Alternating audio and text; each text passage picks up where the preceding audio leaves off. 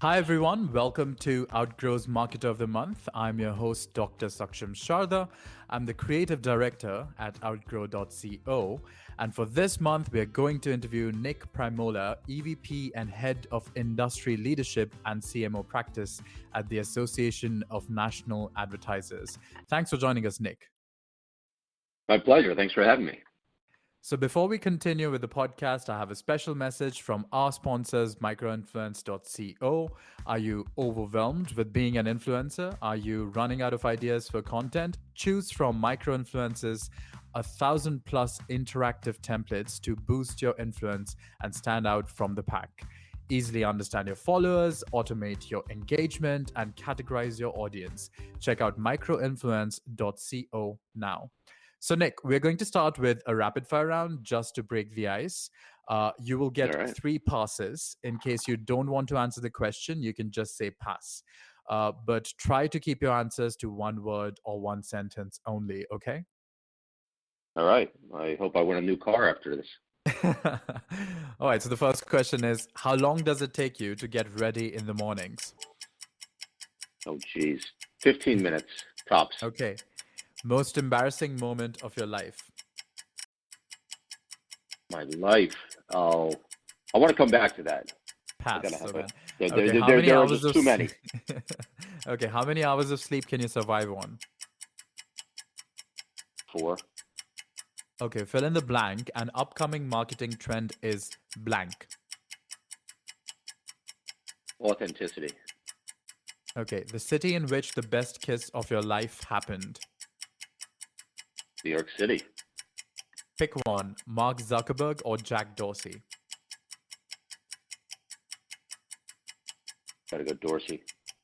The first movie that comes to your mind when I say the word ambition. Star Wars. When did you last cry and why? Jeez. I'll pass. Okay, the biggest mistake of your career. Maybe this interview. Okay, next. How do you relax? Um, I hang out with my kids.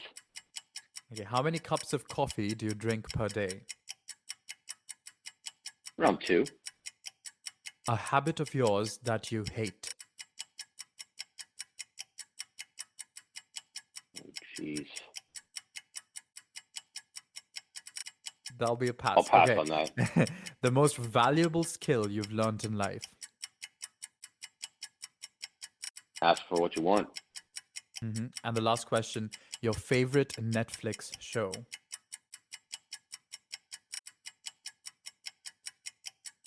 Netflix. I'm going to go with the Mandalorian right now. It's a Disney Plus. Yeah. So I don't know if we're sponsored by Netflix or not, but I'm No. going to veer a little bit.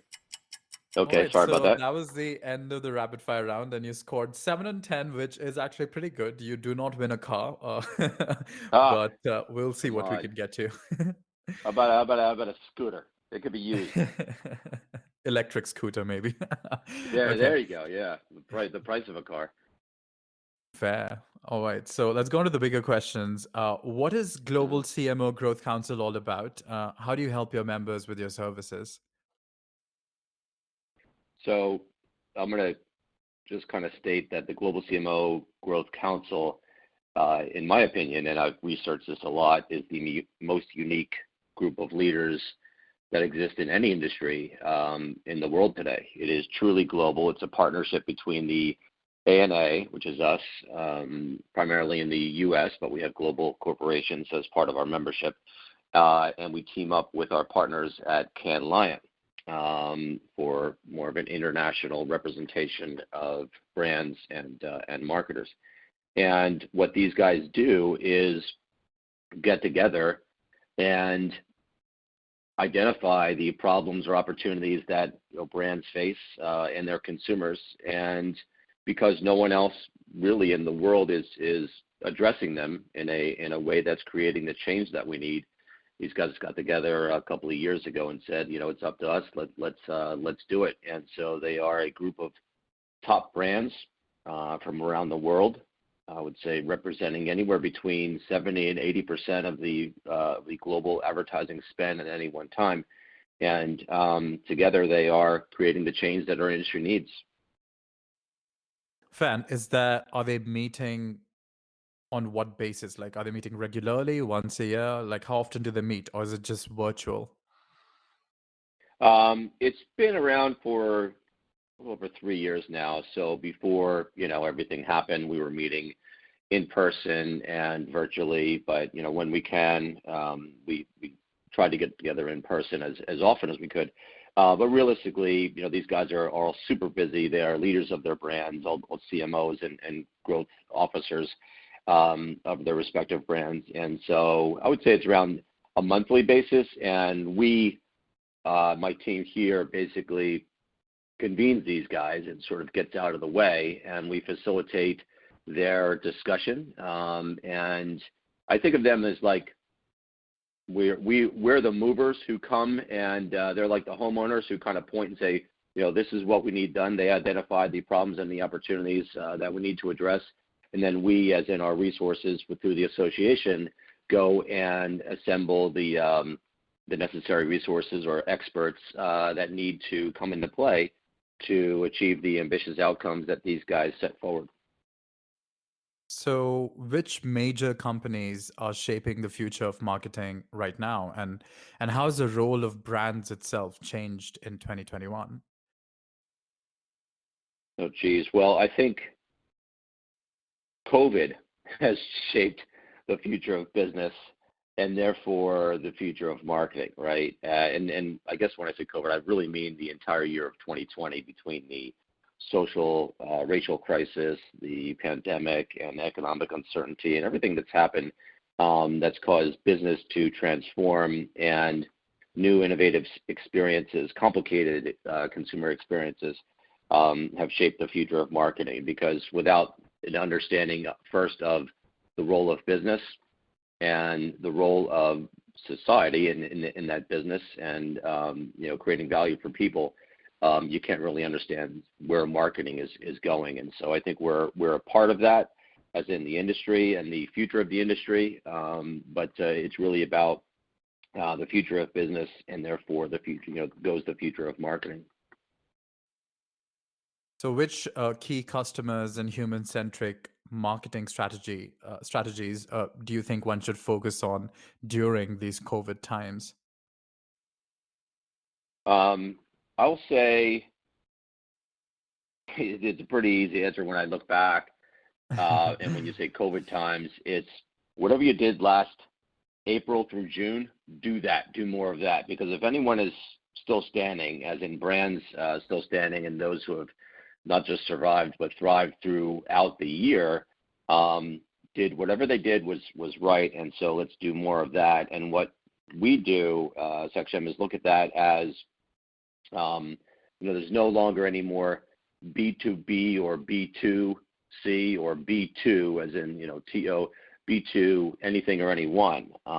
It really is about creating value for humans, whether they be your employees, your customers, the society that you exist to serve, and the earth we live on. These are the stakeholders that we as brands and businesses need to harness in order to, or create value for, in order to drive business growth. And so we look at this as the B4H, Brands for Humans, as a framework for growth. It's a business strategy. It's not just about, doing good. Of course, you have to have a positive impact on all of your stakeholders as you grow, but it is really a business growth strategy that was evolving before COVID and before everything happened in 2020, but was accelerated, throughout 2020 in such an organic way. Whatever you did over the past year, you prioritized the people that you serve and creating value and making sure that your organization was delivering on the needs, whatever they were, of your stakeholders, not just selling more stuff to consumers, but making sure you are really adding value to their lives. And you did it without any business cases. You did it without any consultancies. You did it without any bureaucracy. You just did it because there was no choice in many cases, but in most cases it was the right thing to do, and you created mutual value exchange in doing so. That was also good for business in the way that your business continues to thrive. And how about the post-COVID era of business? Because they're expecting that there's going to be an economic boom in the US. So what role will marketing play in reshaping the relationship between the brand and the customer? I think it really is about getting back to authenticity and trust. There may be an economic boom, but there is a deficit in trust, in proof, let's say, in actions. And so anyone or any company that is looking to advertise and or create value for its consumers has to be grounded in its authenticity. As you know, with technology and social media and everything, there is what I'll kind of refer to as infinite visibility or transparency.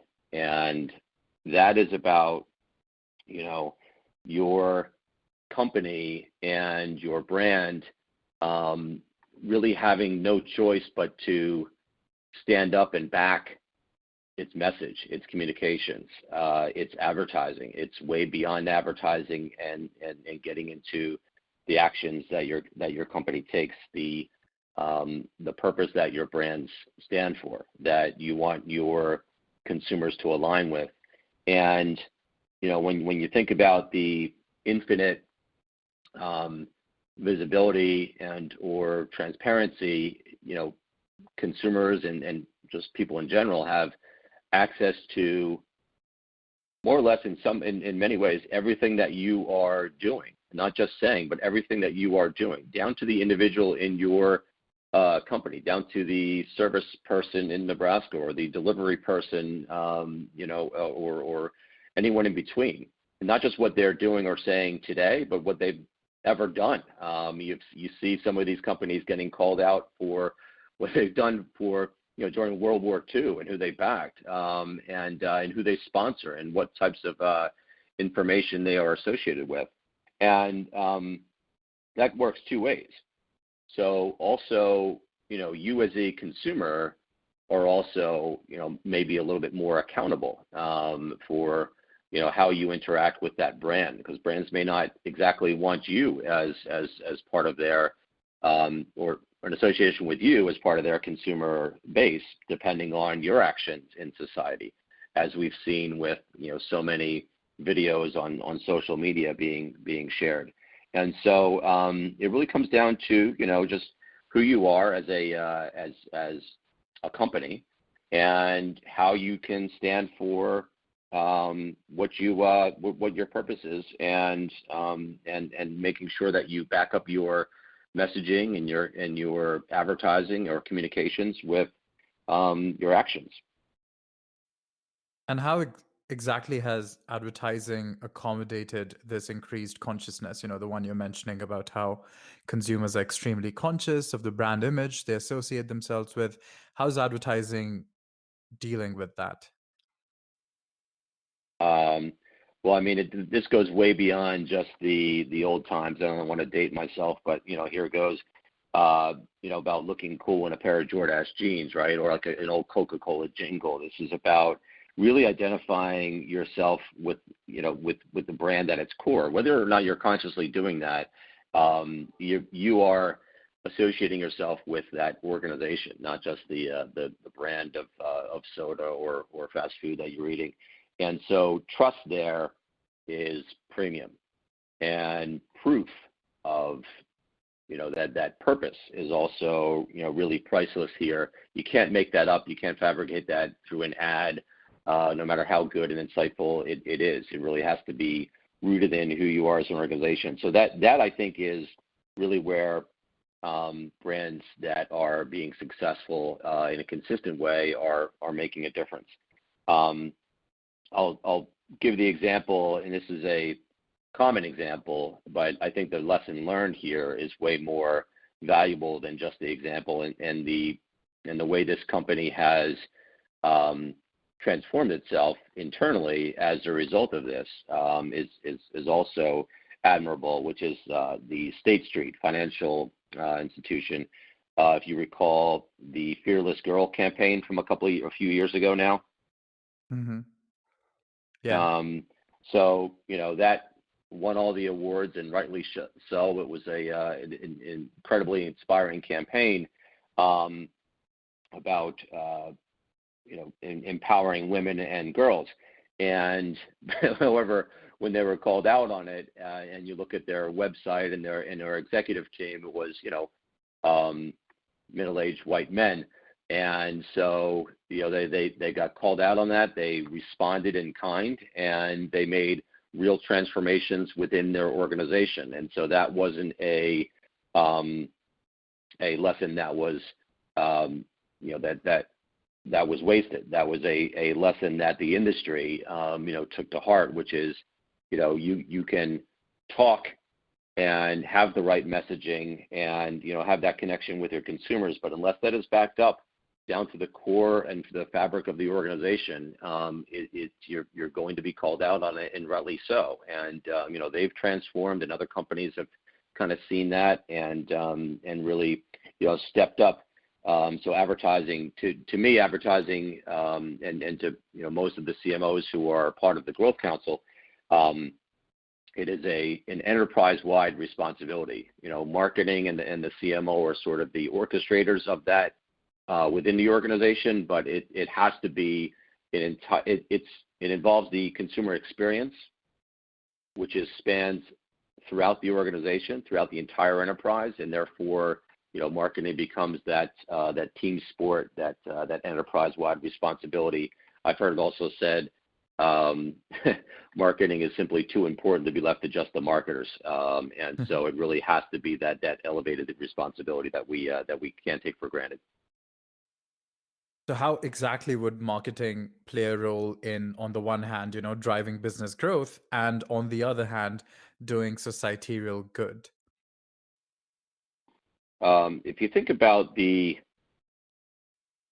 way things used to be, way back, right? I mean, and really for generations of marketing and advertising specifically, as it was known, with your hero being white male, 25 to 35-year-old decision maker, and with the generations of advertising and media being consumed, what do you think is going to happen to the perceptions of women, girls, minorities in that paradigm?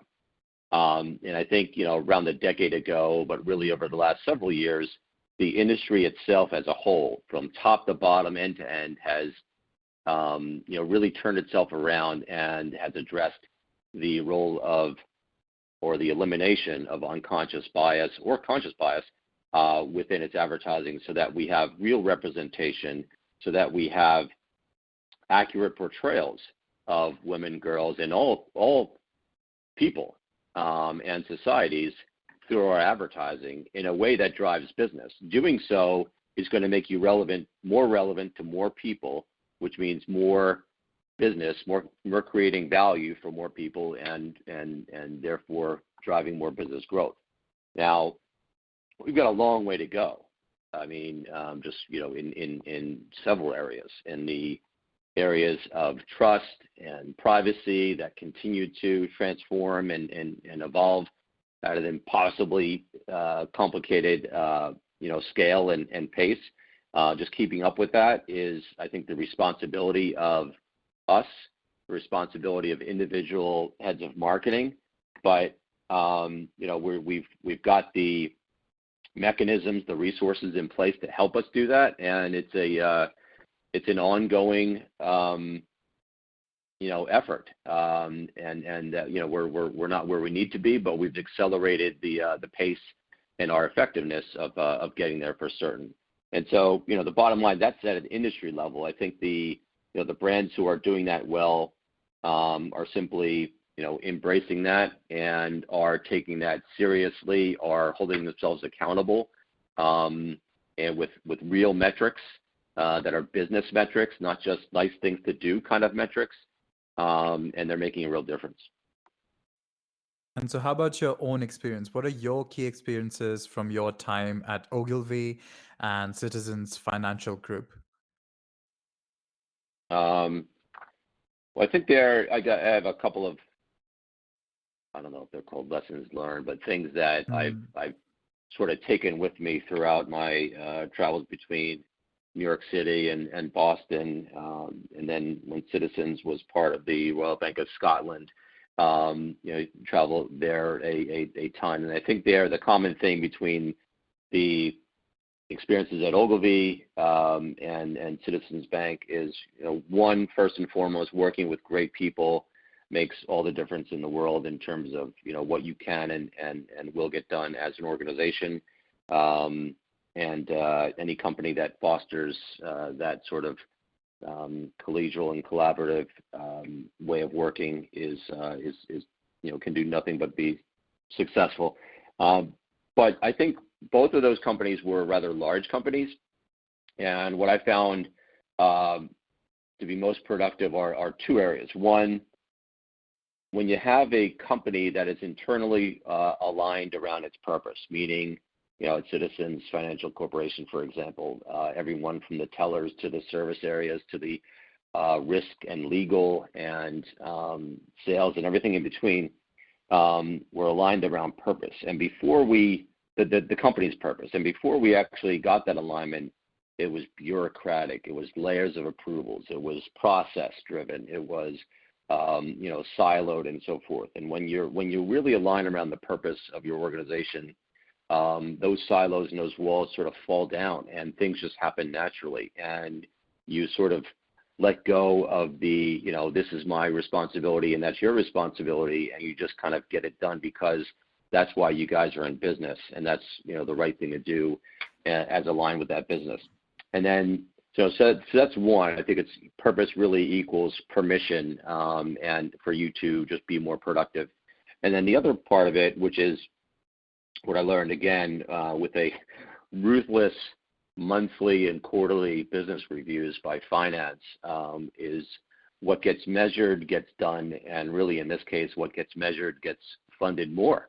And that is the most basic and probably the simplest rule that I sort of continue to go by, where I think in marketing we have a habit of really complicating and just getting too deep into the nuances and the minutia of all that marketing can do and can track, and all the analysis that we can bring in. It's amazing, it's innovative, it's fascinating, but really when it comes down to it, you have to be able to have a normal business conversation with the people who matter in the organization, and the people who the businesses that your budget is accountable to. And so you have to simplify everything to what matters most to that organization and helping it grow. And what role do you think then nonprofit organizations like ANA and its global CMO Growth Council, what role do you think they play in the marketing space? Why are they important? Yeah, I wouldn't know. I never look at ourselves as a nonprofit. I think it's, we're all about growth. We're all about service. I've never worked, Sakura, I've never worked a day, or I've never worked harder in my life than I have at this organization. And I know my colleagues in the organization can say the same thing. We've got, not your typical sort of not-for-profit association, situation happening where we've got real executives in their prime, coming from leading organizations as a part of this. And so, we bring that to the forefront every single day in helping our members, do what they need to do as part of this council. Because the reality is no one else is doing what we do in the industry. And I've researched many industries. I don't know anyone doing what we're doing in those industries either. And I think it's really part of two things. One, no one else will do it or can do it. The CMOs are the ones who are making the big bets at their organizations individually. It's not consultants. They can't delegate these things to agencies. Things are happening just way too quickly. So they're the ones who are making it up on the fly and making the bets. And so when we get them together, it's benefiting them because they're learning from each other. They're trading lessons learned, and they're really just, a community of leaders that are really more, in this case, for the last several years, more of a community of learners with each other. And then the other side of it is the influence that these folks have, the CMOs, is really second to none. When you think about who they influence directly, both within their organizations, because marketing is so intermingled within the organization. It's not just a thing anymore that sits in the corner at headquarters and does commercials, right? It's really about driving the entire consumer experience and helping the entire company. And so, these guys with their clout getting together, it really is making the difference in how we drive the future of the industry through our growth agenda, the ANA's growth agenda. And one last question in that case, then what would you be doing if not this? Running my restaurant. But I don't know which situation I would be busier in, be behind the scenes at a restaurant or doing this every day. So it's equally as exciting, but I'm doing this for now. Well, hopefully when I interview you the next time, it will be about your restaurant business. We'll save a table for you, Sekshem. Okay, well, thanks everyone for joining us for this month's episode of Outgrow's Marketer of the Month. That was Nick Primola, EVP and Head of Industry Leadership and CMO Practice at the Association of National Advertisers. Thanks for joining us, Nick. Thank you for having me. Have a great day. Do check out their website for more details, and we'll see you once again next month with another Marketer of the Month.